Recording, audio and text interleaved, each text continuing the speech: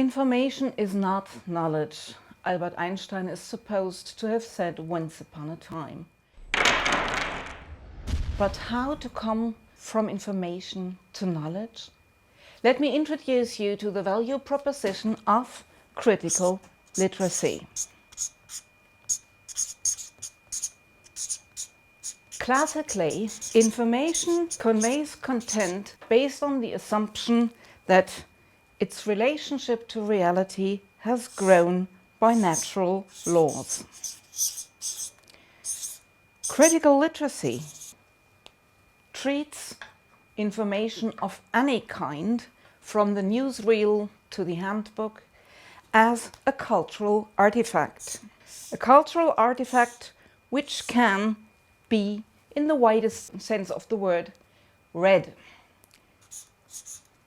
Which is why we use the term literacy.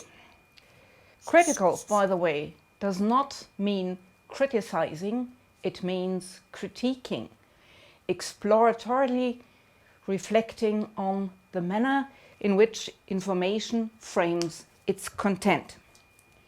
There are 4 factors which critical literacy poses that are the intrinsic element of the framing.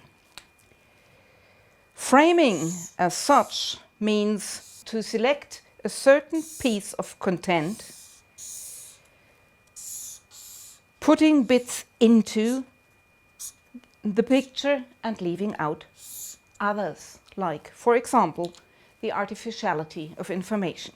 The 4 factors which make up this frame are the organizational and interactional patterns which are associated with the thing or the theory or the piece of information we're looking at, the historical context which influences it, the technical means, again in the widest sense of the word, and finally the conceptual assumptions about reality which are conveyed by the message the information gives us.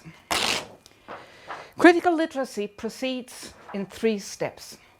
The first step is I'm looking at myself. I look at the manner in which I perceive reality, in which I interpret reality and decode it.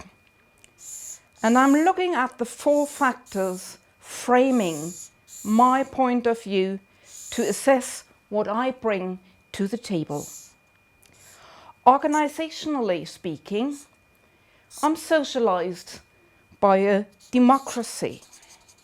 Historically speaking, I'm a European scholar with all the cultural and historical baggage that brings, for example, a Christian background, for example, the values of the Enlightenment, for example, individualism. As a European scholar, technically, of course, I subscribe to rationality, to the fact, or rather the assumption, that reality can be decoded by rational means. And conceptually, I assume that reality must be treated by interpretative choices, not by looking at things as if they were simply facts, but to realize that if I look at something, I automatically make a choice in assessing it. Reality is about interpretation. Second step. I'm looking at the piece of information with which I am currently concerned. Let's take a piece of information which you all know. The Apple logo. And of course the Apple logo is also framed by these 4 factors I've been talking about. Organizationally speaking, the Apple logo points at a information-driven society, a networking society. Historically speaking, the Apple logo allegedly goes back to Steve Jobs having been on a fruit diet when he was asked to find a name for the newly founded company. And having just come back from an apple plantation, he suggested to call it Apple because it sounded so homey and comfortable, and also it would get the newly founded company placed in the phone book before Atari. So we have a fruit diet on the historical angle.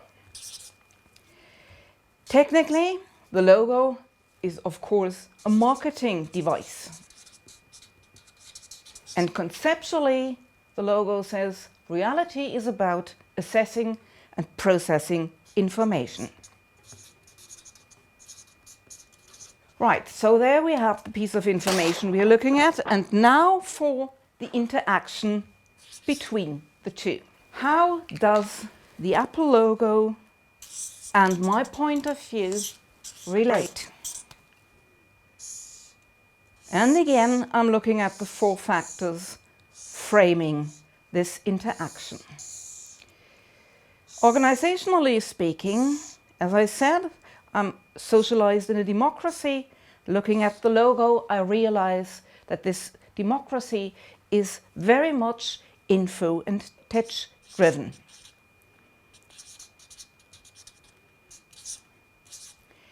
Historically, as a European scholar, of course, I think at once of Adam and Eve when I look at the logo.